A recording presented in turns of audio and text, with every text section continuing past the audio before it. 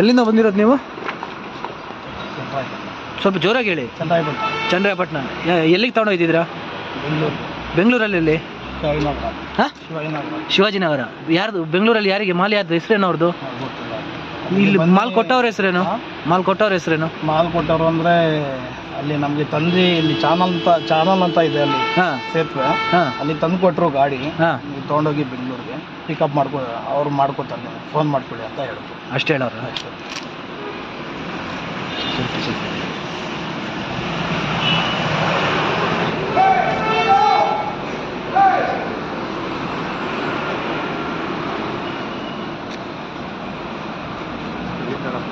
ಚಂದ್ರಾಯಪಟ್ಟಣ. ನಿನ್ನೆ ಒಂದು ಗಾಡಿ ಲಾಕ್ ಆಗಿದೆ ಇವ್ರದ್ದು.